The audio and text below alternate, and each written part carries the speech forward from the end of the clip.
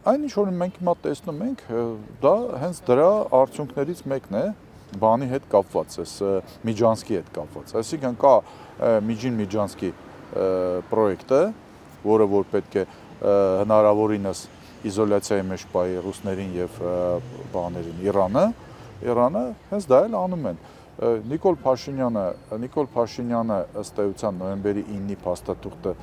ստորագրելուց հետո հրաժարվեց նույն նոյեմբերի 9-ի փաստաթղթի 9-րդ կետի իրականացումը, այսինքն Ռուսաստանի վերահսկողության տակ դնելը, զուտ այն պատճառով, որպեսզի ըստ էության, որպեսզի այդ բանը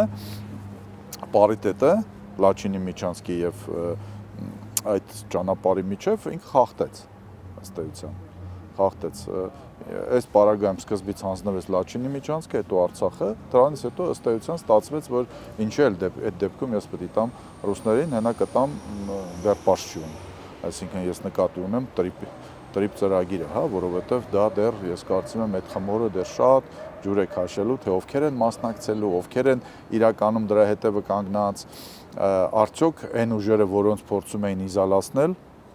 տարածաշրջանից, իրենք այդ ծրագրի մեջ այսպես ասեմ, չերևացող կամ ստվերային գոյություն ունեն, թե գոյություն չունեն։